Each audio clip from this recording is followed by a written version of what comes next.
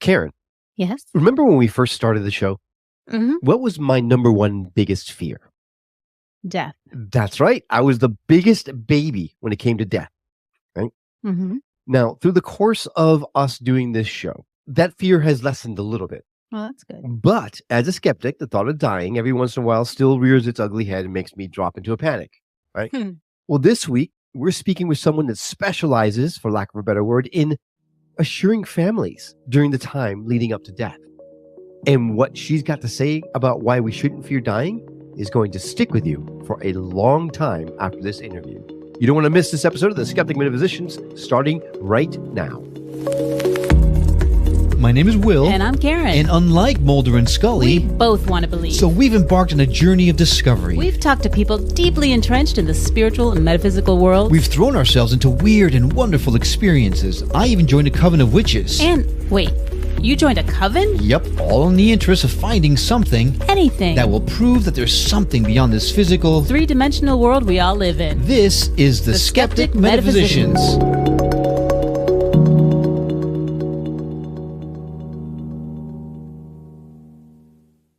Hi there, I'm Will. And I'm Karen. And this week's feature interview is all about overcoming the fear of death. And to help us process this topic, I can't think of anyone better than hospice nurse Julie McFadden to broach the topic. Now, Julie was an ICU nurse for 8 years and seen a lot of death in her time. Well, she eventually transitioned into hospice nursing and saw the power that each body has to die naturally and how beautiful the experience really was. Now she educates people on how we die and how natural a process it is. Now, you've seen her on Newsweek, the New York Post, USA Today, and The Atlantic. Welcome to the show, hospice nurse Julie McFadden. Thanks so much for coming on. Hi, you guys. Thank you for having me. It's a pleasure to have you. Thank you for saying yes, because this is a topic that has always, there's like this primal fear that comes along with dying, right? The thought of maybe there's nothing after this is something that kind of freaks everybody out. So having someone that has seen death as often as you and has prepared people for the eventuality, it's nice because I'm 100% sure that you're going to make me feel completely relaxed about death after this, right? No pressure. No pressure. All right. Well, that's my hope, That's my hope. I do have a lot to say about it. And I'm into talking about death and dying. So let's do this. Okay. Let's just get right into it. Why do you say that death is beautiful? That doesn't seem like a word that would come to mind when you think about death. I know. Well, it's because, one, I haven't always thought that. And when I was an ICU nurse, I really didn't think that. It was traumatic working as an ICU nurse and watching death that way. And that actually got me thinking and thinking to myself, there has to be a better way. If people are going to die, there are some diseases specifically that, unfortunately, it is the inevitable thing. And I thought to myself, there has to be a better way, which got me into hospice work. And it took me about a year to, see how the body naturally died, because I was so used to being the nurse and working with doctors where we did a bunch of interventions so you couldn't die, and still eventually people would. But as a hospice nurse, you see how the body naturally dies. And after about a year of seeing it over and over again and seeing how most people's bodies do the same thing. And we naturally have built-in mechanisms to help us die naturally and mostly peacefully. I say mostly because specific diseases, you can have symptoms from the disease, which can cause pain and issues, and people associate that with death. But really, that's the disease. Our bodies are naturally built to die. And because it's not my loved ones specifically at my work, right? It's a patient and their loved ones and the family's loved one. It's like, because the grief is removed, I can just see it for what it is. And ultimately, as weird as this sounds, it's beautiful. It is truly like watching a baby being born. Because I've also seen that as a nurse. Do you see things, right? I mean, I haven't seen it often because I'm not a labor and delivery nurse, but like even when I watch videos of like a child being born, I could weep, right? Because you see this new life. It's like they're coming in on like wings of angels. And that is honestly how it feels to watch someone take their last breath. Well, I wanted to ask you something kind of what Will said before we really get into it. I know that, so you're a nurse, not necessarily a counselor, but dealing in hospice and with these families, I'm sure you do a lot of consoling and comforting. Have you found that what most people fear is the being dead or the process of dying? Because Will says, he was always afraid of what happens after that. To me, if the lights are out, the lights are out. It's the process for me that I'm worried about. I don't want it to hurt. That's Right. more of my fear than what's after that. I think because when I'm approaching the family, right, they're looking at me with a label as like nurse, Mhm. right? So they are not many of them. Some will talk to me about what's going to happen after, just on a philosophical, like just philosophically, right? Because they know I don't actually know. So most of my conversations, I would say, because I'm the label of nurse, is people asking me about like what to expect, right? So a lot of the fear, at least from what they're talking to with me, is about like what to expect. What's this going to be like? What's this process going to be like? How long do I have?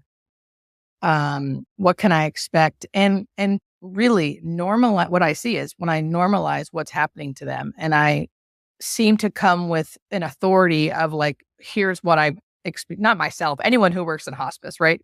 Who's around it all the time. It does seem to put people at ease, and that's why I always say education around death in specific deaths, specific deaths with specific diseases. Even though it sounds like that would be scary, it really does seem to do the opposite. It really seems to help people, just have a better idea of what to expect versus because why people fear it is because it's the unknown. So if you can give them any type of certainty or knowing in any way, it feels like it alleviates some of that fear. So my fear lies more on the other side of the coin, right? What happens after we die? You're really talking about the physical. I mean, I don't want to say the word deterioration, but there it is. I said it. There's a certain amount, and I've done a little bit of research into what you're talking about. And you mentioned that there's a lead up, right? Almost everybody goes through the same thing where you don't eat or drink for a while. You don't need as many calories. There's a lot of the whole process behind it. So I understand that part of it. But if someone is actually faced with their own mortality, how does knowing that their body is shutting down help them to get through that? Okay, so this will tie into also about what happens to us afterwards. Okay. And again, I know enough to say that I don't know. I'm like skeptical of anyone who's going to be like, this is exactly what happens. I appreciate that because people don't like living in uncertainty. I'm the same way. So it's nice to hear people feel so certain about what happens after we die. But I know enough to be like, I don't know, but I do have my beliefs, right? Okay, that's a whole nother topic. But in Sure. general, just so you know, the things that happen to almost everybody at the end of life there are some like scientific facts and like natural biological things that are happening in our body, but there are also like metaphysical phenomena, mysteries that happen to almost everybody at the end of life that we can't really, as medical professionals, explain. But we have to educate about it because it happens so often. So one of the main things that happens to almost everybody, if you ask them while they're dying, it's usually about a month before they die, is they start seeing people who've already died. So it's usually people who bring them it's always people who bring them comfort. So I say family members, but only really family members if like you had a good relationship with them. Not everyone does, right? So like Right. they'll see their parents, their grandparents, aunts, uncles, friends, cousins, pets, people who have already died, and they come to them, and it's usually physically, sometimes in dreams, but it's usually physically, and we'll say, hey, I'm coming to get you soon. You don't have to worry about anything. We'll be here around you. And these people most of the people who experience this are completely lucid. They're alert and oriented. They're not like actively dying and hallucinating. There's nothing like that going on. And as a healthcare professional, we know what hallucinations look like, what delirium looks like, what hypoxia looks like. It's not that. It's like a very distinct thing that happens to, I can't give you a direct number I could like make up a number and say 80%. I have no idea. But it is more, I mean, it's a high number of people. It is a high number. Yes, high number of people who experience this. I'll take And that's something that was so fascinating to me, that it's literally in our books we give to people to educate them about end of life. So families aren't scared when they start hearing their loved one say, Papa came to visit me last night and saying, I'm going home soon, you know? So do you give that book to the person who's dying too, or just the family? Because if it was me reading it, and suddenly no one's coming to come at me a month before I'm dying, I'm getting really pissed off. Right. Well, I do give it to the patient, and I do. And usually when I start explaining those things to the patient, they already tell me that's already been happening. Oh, okay. So that is how I have learned that it happens so much. I think if you don't ask, many people won't tell you because they feel like they're crazy. But when you start saying, I don't ask them directly because that's strange, I think. I don't want to intrude. But I'll say, these things may start happening. If they don't, that's okay. If they do, it's normal. And then they'll pull me aside and be like, it's already happened. So in your medical expertise, your guesstimate, I mean, I guess nobody really, really knows, but do you think it's really the family members, or do you think it's just like some sort of brain protecting ourselves by sending us these visions and these messages? Good question, Karen. I know. I think it's really family members. I think it really is. I think everything that our body does, even watching the body biologically die, and it's very, scientific, to me still feels really miraculous. Like, it feels miraculous that our bodies know how to die the way they do, and the things that happen naturally to help us die. And that feels divine to me. Like, I don't claim to, like, I don't know the words to describe it. I don't know what it's going to look like, but I feel like we all go to a place that feels like home. Like, once we're there, it's like, oh, it's like a place we've always known and we had forgotten. I always feel homesick for a place that I feel like I've once known. And I think when I die, that's what's going to happen. I'm going to go back to that place. Gosh, I hope so. I hope we all do. Yeah, Me too. Me too. So we have talked to a few different people who have given us near-death experiences, or they've been dead for a matter of minutes or seconds and come back and told us what those experiences are. Now, in what you have seen through your work, does the visioning happen only for people that are definitely dying? Or, I know you're in hospice now, but maybe before that, if there was someone that was, critical and then they died for a little bit and came back, would they have gotten the visioning before? Does that make sense? Yeah, that makes sense. I don't know because, I've only been really dealing with hospice and palliative care patients, like specifically people who are dying. And there is a pattern. It usually is about a month to a few weeks before death. Every once in a while, they do it closer to death, but it's usually about a month before death with hospice specific patients. Okay. People in the ICU, I was a different person back then, a different nurse back then. I wasn't even thinking about talking or asking about if something happened. It was more of like survival mode for me and for them. So I'm sure people have had experiences like that, but I don't personally have experiences like that. But I'm sure some people have. And then have you had anybody who they read in the book that within, a month or so before you pass away, you can start seeing people come after you? Have you had after you? Well, suddenly you start seeing your loved ones, your deceased loved ones. Have you ever had someone just like, oh my God, I'm about to die because I just started seeing my grandmother come, right? Do people freak out because now suddenly the clock is ticking? Yeah, what's so funny is you would think, but no, because the big distinctive factor of what we actually call visioning, it's like a thing we call it, is comfort. So I think it can feel a little fearful but I would say 100% of the time, if it's really visioning, the people are comforted. So even though it gives them a timeline, they're almost like, phew, I'm ready now, because there's a visioning part is the comfort part. It's like they're getting a taste of what's to come, and it's good. Now the family might be like, wait, what? Because they don't want them to go. Right. But the patient is usually, I've seen many patients who were not okay with dying and then have visioning and be okay. So it's always comforting. It makes sense because if this is, a family member or someone that you loved that you've been missing for who knows how long, and at the same time your body is starting to fail and it can't be physically very comfortable, I would think you would feel good about leaving and transitioning off to be with these people that you cared about. Yeah. That's true. Yeah. All right. So we're just getting started, but we got to take a break already, just in case, because I know our conversation is going to get hot and heavy now in a second as soon as we get back. When we return, we're going to ask the question, and we don't know the answer. So we don't have an inside track into what she's going to answer, but we're going to ask the question of whether or not she's actually seen that, 6 pounds or 7 pounds actually leave a body. Has she seen a soul leave someone's body? We're going to get that question answered right after we come back.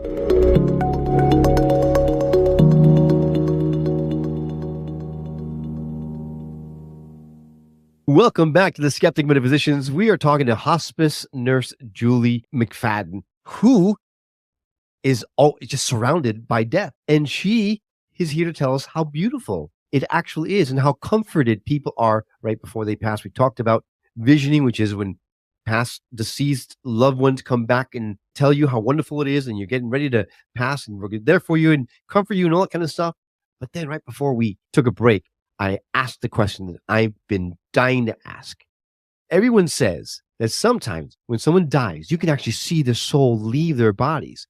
And we've talked about, before the break, I said it was 6 pounds or 7 pounds. It's actually ounces, right? Thanks, Karen, for correcting me. The body has been measured from my understanding, and you're about to maybe completely conflict that. But there is an urban legend that a body weighs 6 ounces or 7 ounces more when it's alive than when it dies. So first and foremost, is that true? And secondly, have you ever seen a soul leave a body? Okay, you guys. So as far as the body weighing less, Yes.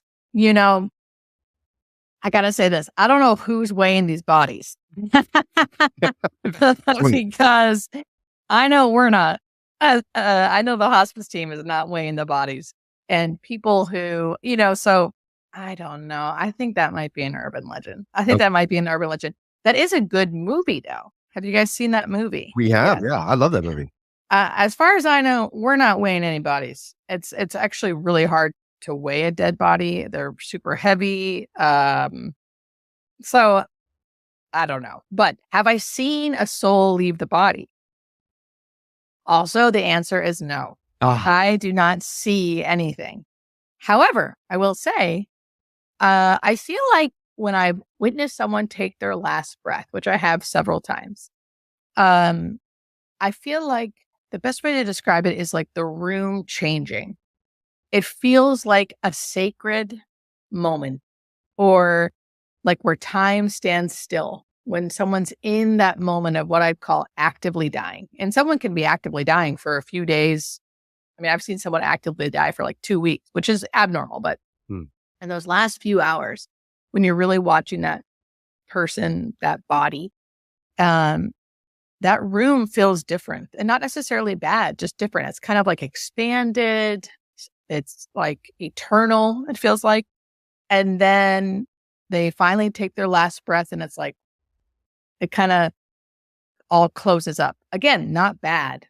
Just something changes. There's an absence there. But I've never physically, so I feel like I'm more of a feeler. If anything, I feel things versus see things. So I've never seen it, but I feel like I may feel it. And have you ever been in the room when someone is seeing one of their relatives, and not that you saw it, but like, oh, she's over there in the corner, or like been in that situation? And if so, how did that feel? Yes, several times. It depends. Sometimes when someone's really alert and oriented and they're really seeing, I say alert and oriented because I think people think they're not. So people are just sitting around like us, and they will say like, you're not going to believe this, but I literally see my dad right there. I see him. And of course, like none of us see the dad. Mm-hmm. And I just go along with it. I go, that's great. How do you feel about that? It's good. Keeps coming to me, and he comes to me at night. And so like sometimes it's like that. And it doesn't feel weird or creepy. And it honestly happens so often that as a hospice nurse, you kind of get used to it. Many people don't want to tell you because they feel scared or weird about it. The times where it feels like, to me, a little magical, for lack of a better word, is when someone like hasn't been speaking and it's not going the normal way where like they're alert and oriented, but they've been kind of sleepy for like weeks. And then you walk in and they're like really fixated on a corner or something and they're not really speaking. And then suddenly they do, and they say like their husband's name, or they say Jesus. It doesn't matter about religion, but that happens to be their religion, right? So they're or an angel, or they're obviously talking to somebody that they see that you don't, right? And you can kind of feel the magic there. Those times, for some reason, feel a little more like, ooh, like you feel like you're in like a different space. The other times are just more like, wow, that's wild, because everyone's kind of shocked. You know, even the person seeing their loved one's a little bit like, what the hell? You know? Yeah, I might be one like, Yeah. I'm not ready. No. Yeah.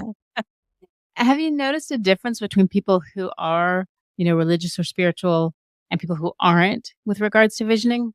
Not really. No. So I really don't feel, just from my experience, I have no idea, right? I have no idea. But from my experience, I'd say people who are religious or not religious, they still vision. And like I said, if it's scary, it's not a vision. Visioning is not scary. Right. Because people with dementia and people can have delirium and people can feel like they're being followed by somebody, get paranoid, get agitated. That's not visioning. Visioning is always comforting. So if it's not comforting, it's not visioning. I would say I noticed a different, I've definitely not noticed a difference in religion as far as like one person dying more better than the next, right? But I do think having some kind of faith, even if it's like faith in the universe, faith in other people, just some kind of like, it seems to help people. That was pretty much my follow-up question. Have you ever had someone who really doesn't believe in anything, an atheist who feels like once you die, lights out, period? Have you ever had one of them suddenly start visioning and then start questioning that thought process? I can't think of anyone specifically. I am sure that has happened because many people I work with don't believe in anything. Mm-hmm. But so here's the thing is like, as the nurse, you don't always get the full gamut of what's happening, right? People don't necessarily tell you, I don't believe in anything. And now I'm seeing someone and now I do, because they're telling the social worker or the chaplain that also is on a hospice team or their family members. But I would say, and I can't think of anyone off the top of my head, but I bet that has happened just because there are many people who don't believe in anything and think when you die, you die. And will even vision and still think, I think that's my body just making me feel better and that's okay too. So they don't necessarily become converted, but they are comforted by it. Although sometimes in those moments of need, you get real religious real fast. Yeah. Right. How often that happens. Yeah. I think I'm lucky. I work in Los Angeles, so I have a variety of cultures and religions, and it's really interesting to see that as well, because they all have their different beliefs. Well, there's also it could be another urban legend, but they say that sometimes people who have Alzheimer's or dementia and things like that, suddenly that right before they die, they become extremely lucid. Have you seen that to be the case? I have not seen that, but it definitely can happen. People with Alzheimer's, not for like extended periods of time, but I definitely have seen, maybe not right before death, but people with Alzheimer's dementia have good days, good moments where they suddenly remember their child's name, or suddenly their son will walk in and they'll be like, hi, Randy, something so easy, like, but they haven't said their son's name or recognized him in years. So I have seen stuff like that in general. But maybe not necessarily like right before they die. But in general, that definitely can happen. Well, then let's talk a little bit about the process of dying, since we've talked about all the metaphysical side of things. Now, I'm curious because you have a front row seat to a lot of this stuff. You say that hospice usually, 6 months? Yeah, usually. Before? So then take us through the process of the body shutting down. What does that look like? So the further you're out from death, like even if you come onto hospice and you have 6 months to live ish, right? Again, that doesn't sound like a lot, but we're talking hospice here. So the further you're out, the grayer it is, meaning the less we can tell you how soon this is going to come. And you'll just see generalized things like sleeping more and eating less, maybe being less social, right? So, and then the closer you get to death, the more you start seeing the decline, right? You once were able to get outside and walk around the block. Now you can only stay in your house. Then you can only walk from bedroom to bathroom.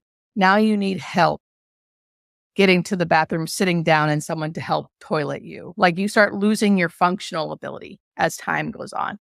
Then you start eating and drinking always starts declining. Always. You always slowly stop eating and drinking.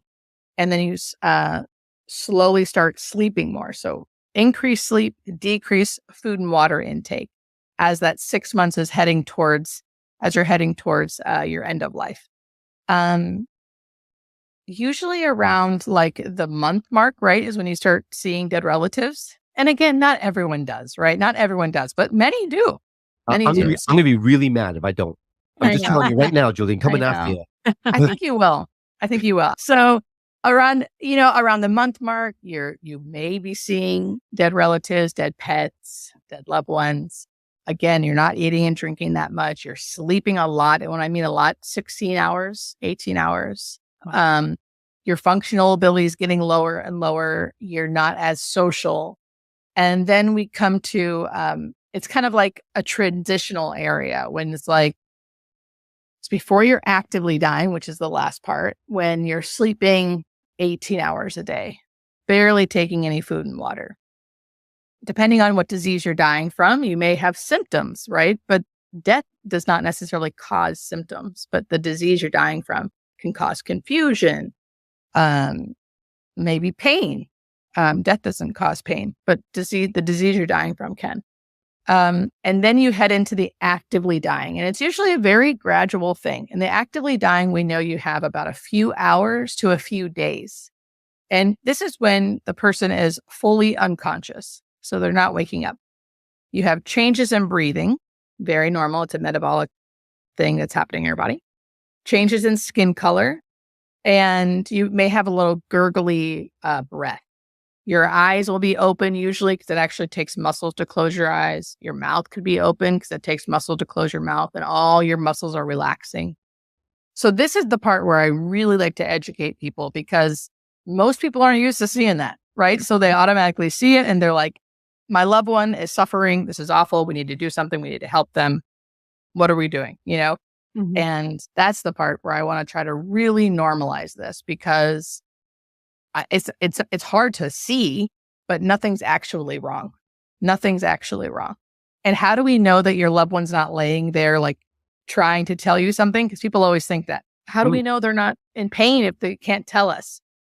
It's because a dying body is like a baby. If a baby can't tell us anything, but a baby can tell us, but can't verbalize, right? But they can be fussy, they can be restless, they'll cry, they'll moan, they'll move around. A person who is actively dying, their body will show us.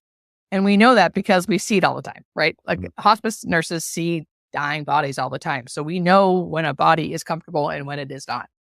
And your loved one will show you. And if they may look different, but if they look relaxed like they're sleeping, even though they look different, they're okay. They're okay. And it's a very natural thing. However, the way they look, despite it looking strange to you, because you're not used to seeing it, is very natural and very normal. And we just let the body do its thing because the body knows how to die.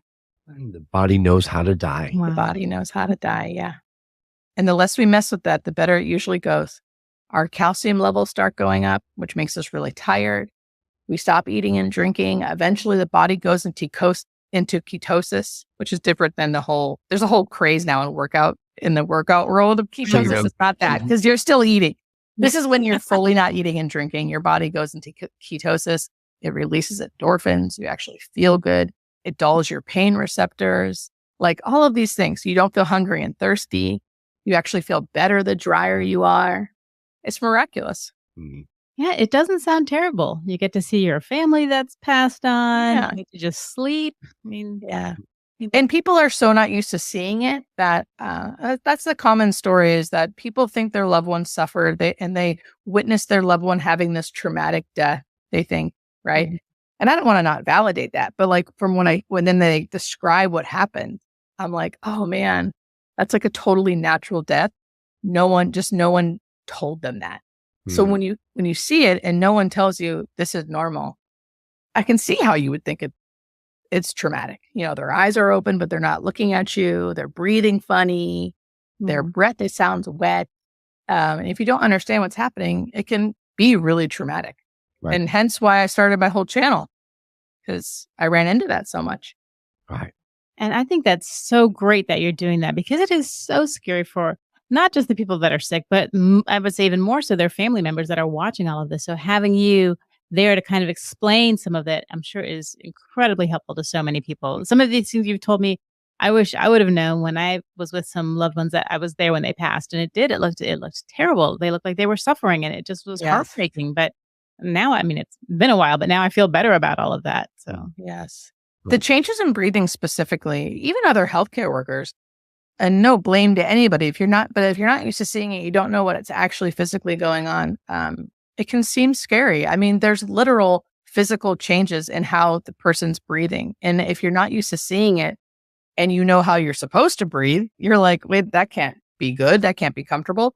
But truly, it's like a metabolic change in the body. And the body is doing it because of the metabolic changes, because it's slowly shutting down. So although it looks strange, as long as their face is relaxed, it's like expected, not even okay. It's actually expected to happen. And that's okay. Right. But it's just the fact that we need to teach people that, including other healthcare workers. Other healthcare workers will say to me, we didn't medicate. The person's really uncomfortable. I'm like, no. This is how it's supposed to look. This is how it looks. You just don't know, And I'm all for medication too. If I thought someone was struggling, I would 100% give medication. I'm not anti that, but it's just a really big common misconception that dying hurts. Yeah. And it doesn't. Well, that's incredibly relieving. It makes me feel here. So. Yeah. Makes me feel better. Nice to know. But first and foremost, thank you for what you're doing, because you're doing a great service to people, because there is such a misconception about death and dying in this country, really in the world, right? It makes sense. It's scary. It's the unknown, like you mentioned. I want to ask you about your channel. You mentioned that before, but if someone wanted to subscribe to your channel or get kind of information about this type of thing, what do you cover? When you say you created this channel, what do you talk about on this channel? Yeah, that's a great question. I talk about basically all things death and dying related. So I go through specific diseases, what it's like to die from them, the things we just talked about, like what actively dying looks like, what hospice is like, what you can get with hospice. So I do like educate about the actual hospice program, the palliative care program. I give different stories different story anecdotes of things that have happened in my nursing career and continue to happen. And I'm trying to start just a community of people, who are interested in this to kind of come together, because although I don't focus on grief, because I'm not a grief counselor or anything, but I do think it's good to come together and educate ourselves. And a lot of people coming to my channel are people who have been through it or are going through it, right? So I think it's a great place to have community too, because in general, I think we all need community. I mean, this is just like talking about the world in general. I think we like to isolate and be individualistic. I'm talking to myself here. Like, I know I like that, but I do better. I feel better when I'm in community. And being a caregiver for a person, either at end of life or even as an elderly person, it can be incredibly isolating. So yeah, that's what I'm trying to do. I'm trying to educate and kind of bring people together. Well, thank you again so much for doing that. It's a great service. Yeah. So then the question of the day, the one that we've all been waiting to hear. You, Julie McFadden, do you believe that there is life after death? Yeah, of course. Yes, I do believe. I've always believed, for some weird reason. I've always been that like little girl, like 3-year-old, thinking all of the existential questions about what is this life and why are we here? So I always have believed. But my life has also led me down a path that has helped me, it has kind of solidified my beliefs. And then, of course, as being a hospice nurse, man, the more I'm around death, the more I'm like, there is something we're going to, and it's good. And I can't wait. No, I can wait. I can wait, but I'm not afraid. I'm not afraid. I would be, I always say, if I got diagnosed with a terminal illness tomorrow, I'd have all the human emotions, fear, anger, sadness, all the things, because I'm human. But at the end of the day, I know I'll be okay. Well, it's interesting because we hear from the other side of the coin, people who have passed and come back, who say, I can't wait to go back home. I can't wait to cross back over again. I'm here because I've got something I have to do, but it was so wonderful being on the other side. Almost, I know one person we talked to was anxious. Like, she's like, hey, can I please go back now?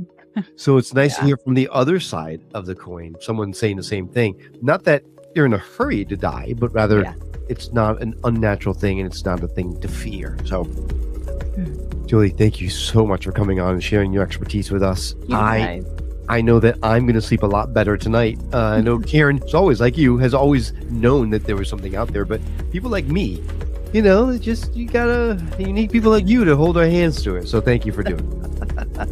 Of course. Yep. And we're going to add direct links to your social media platforms and your website directly on our show notes. So all you need to do is go to skepticmetaphysician.com and go to her episode page. You'll see all the links laid in directly there so you can connect with her right away without a problem. Thanks for having me, guys.